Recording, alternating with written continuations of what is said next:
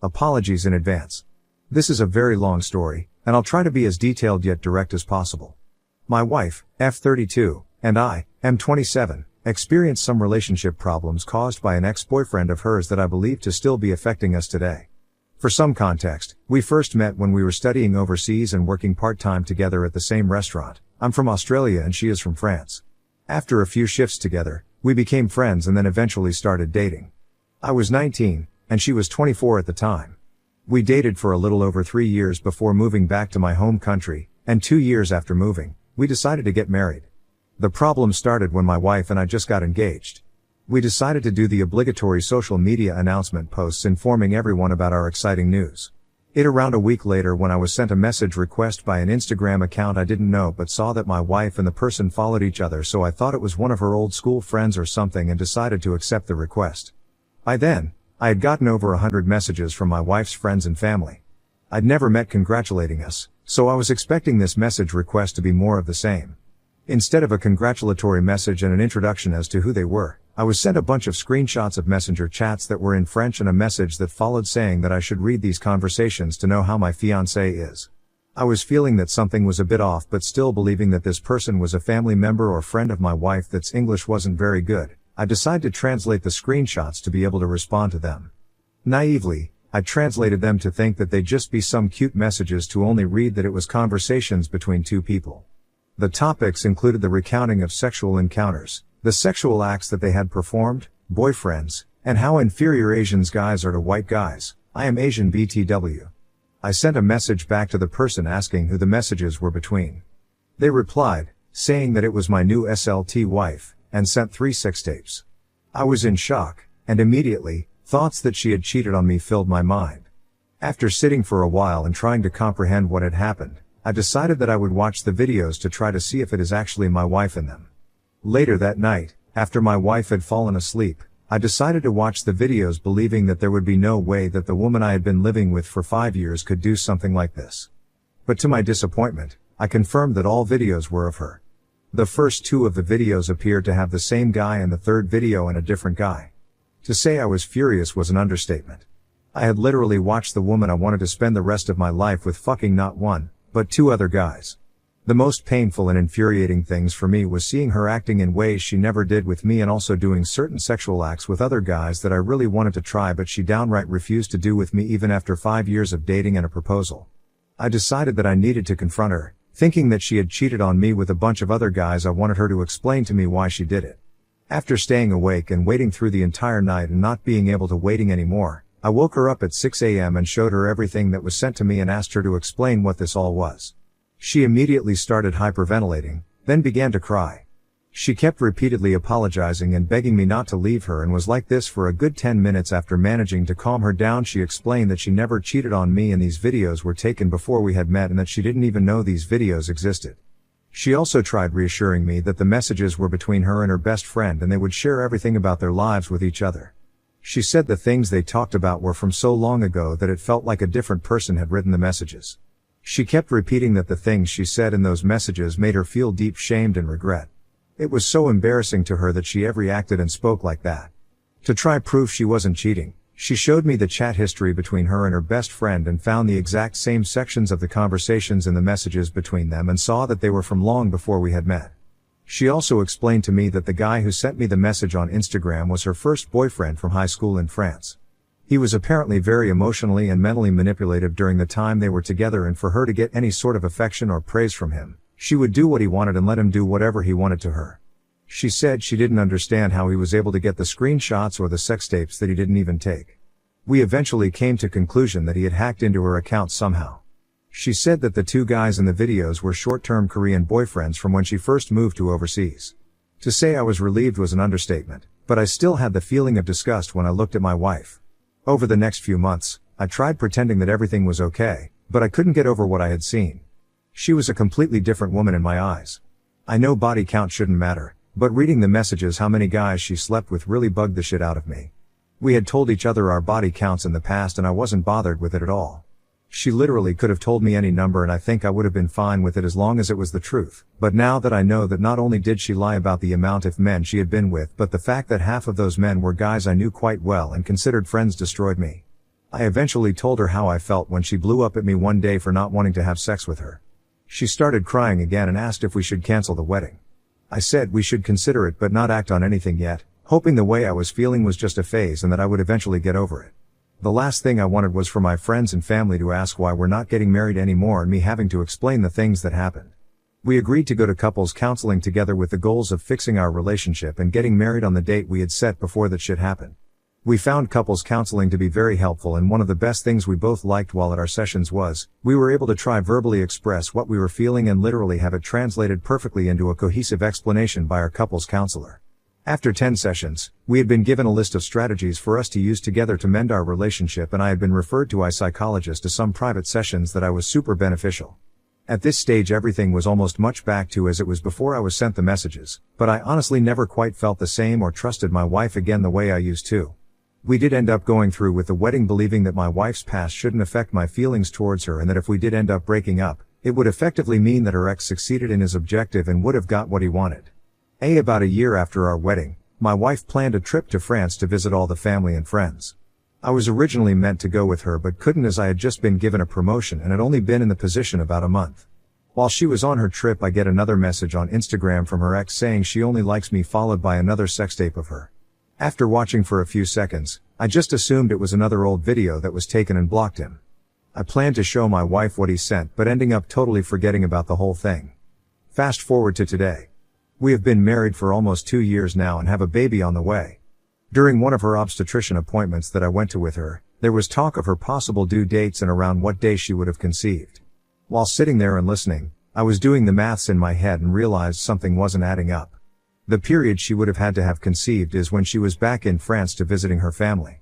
I stayed quiet and convinced myself that I obviously wasn't calculating correctly because I've always been shit at maths, but I had remembered what her ex had sent me and had a gut feeling that something was very wrong. Eventually my insecurities got the better of me and I ended up watching the video he sent, trying to find any clues of when it was taken. Unfortunately, I concluded that the video must have been taken at some point when we were together, as I could see a scar on her pubic area that she had given herself by waxing when we were on our honeymoon. After thinking about this for a while, I've decided not to confront her with what I know. I'm not going to ask friends or family for support. I'm not going to go to counseling. The less people that know, the better. I don't think I can live with the shame of people knowing that my wife is giving birth to another man's child. I'm going to wait for the baby to be born to see if it is mine before I make any final decisions.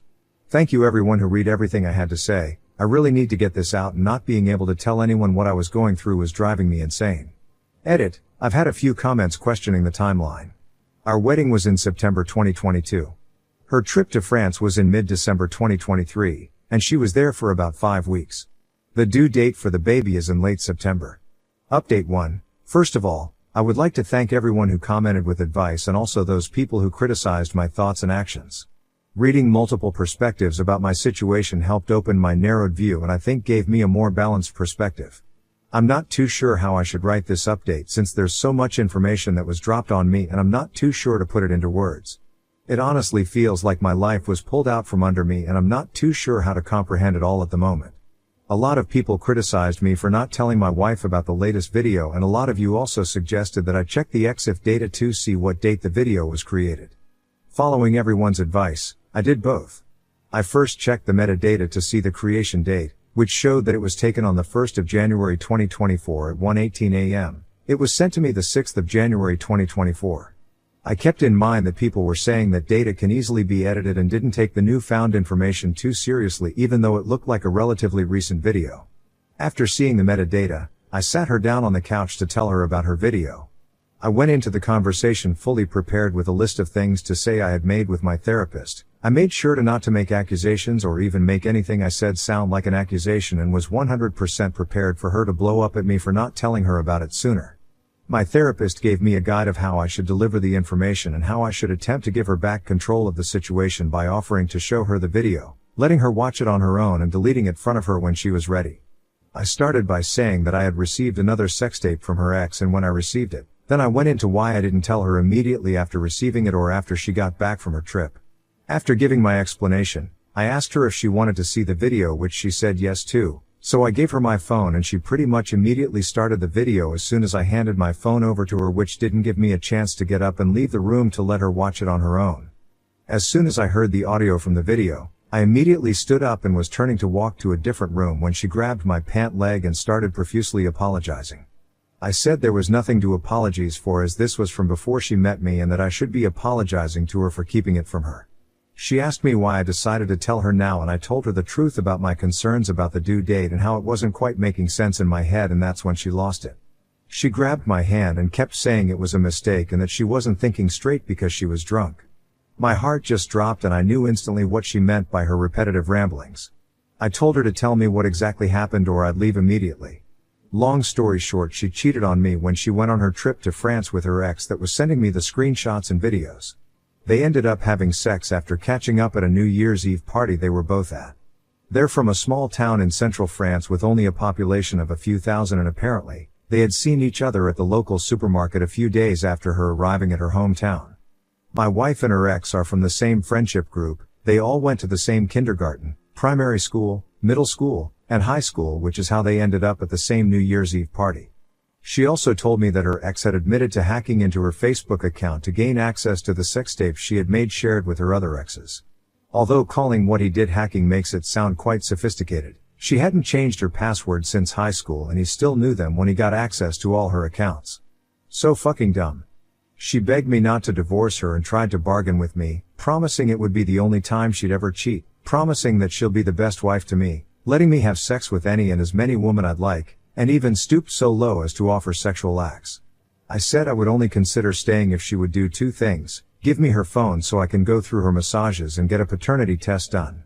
She instantly agreed to the paternity test but was a bit more hesitant about handing her phone over, but eventually agreed. While looking through her phone, I found more evidence that she cheated on me on New Year's Day, as well as evidence that she had cheated me one other time from her period tracker app. She uses the app to track her for her periods and sexual activity. I just had to go to the dates where I wasn't in the same country as her and see if she had sex or not. Unfortunately for her, she was very diligent with keeping track of her sexual activities. By this point I had already made up my mind about the relationship and just left. I'm currently staying at a hotel and will be moving into my apartment that I had been trying to rent out for a while. I've spoken to both my solicitor and my wife and have agreed to go to the mandatory counseling in order for me to be able to go through with the divorce, which will start in October. We've also agreed to get the paternity test done after the baby is born, and I got my in-laws plane tickets to come to Australia earlier than originally planned so they can look after their daughter. Update 2. It's been quite a while since my last post, and over the last month I've been getting so many people asking for an update on my life, but more specifically asking about the results paternity test. A lot has changed since my last update, especially the living arrangements with my wife. I can happily say that I am the father. I was with my wife in the hospital birthing suite when my son was born and stayed with her the 5 days at the maternity ward. We got a paternity test even though I was fairly sure that he was mine when he was born. He looks a bigger-eyed version of me when I was a newborn. About a week after getting the swabs done, the positive parentage results came back. Before my son was born, my wife and I had been living separately, with the only having interactions us having would be her sending me daily messages wishing me well and wishing me good night. After my son was born, we were still living apart, but I would go over every day to help feed and change him. We still had minimal interactions and would only really talk to each other once a week for our mandatory marriage counseling that we had go to in order to get a divorce. We had seen psychologists from 2 different clinics, and I felt like they were both trying to gaslight me into thinking that I was being unreasonable for wanting to divorce my cheating wife, and one of them had even said that I shouldn't expect a modern marriage to be completely monogamous in this day and age. The first sessions of counseling at the first clinic seemed pretty standard. A lot of telling each other how we feel, with the counselor in the background only speaking when providing prompts to get us talking. If the counseling session continued as it was, it would have been fine, but as soon as she suggested that we should accept the idea of bringing other people into the bedroom to better understand and connect with one another is when I started looking for different psychologists. The second psychologist we saw spent 2 sessions trying to convince me that it's normal for married couples to have sex with people outside of the marriage, and that it would be selfish of me to make the baby grow up without a father figure in the home even if he isn't mine. This was before we got the paternity test results back. From that moment on, I decided that there was no point to me going to marriage counseling. I told my wife that I'd put the divorce proceeding on hold only if she agreed to sign a postnup, which she immediately signed as soon as I gave them to her. My plan is to just wait a year before filing for divorce without any restrictions and bullshit mandatory marriage counseling, and now at least my assets are somewhat protected. Currently I have moved back in with my wife but are still sleeping in separate rooms. I decided to move back in just to make it easier for me to spend time with my son and to also be able to look after him when my wife and her parents need a break. After being with him for what is almost a month now, I decided that I would be physically present in my son's life and help raise him. I believe that it is my duty as his biological father to give him the best life possible no matter the discomfort I feel of having to interact with his mother. What I am trying to think about now is how that is going to possible after the divorce and how that will impact his emotional and mental development. Are there other people out there who are able to raise their children this way, and if so, how are you coping with the arrangement? And thank for all those who are concerned about my love life, but nothing is happening. I haven't though about dating or sex since finding out about my wife's cheating. Edit, I'm still going to get a divorce. I'm just waiting until the courts allow me to file for a divorce without having to go through mandatory marriage counseling. I have also made my wife sign a post-nuptial agreement so I can save as much of my assets as possible when we do divorce. Comments where Op has replied, 025019, and has she continued to have interaction with the AP since you discovered the affair? Oop, she said that she's cut all contact. Doesn't matter to me anymore, to be honest, damage is already done. He can have her. Basic satisfaction 35. Does she try to interact with you in the house, or is it only small thing about your son?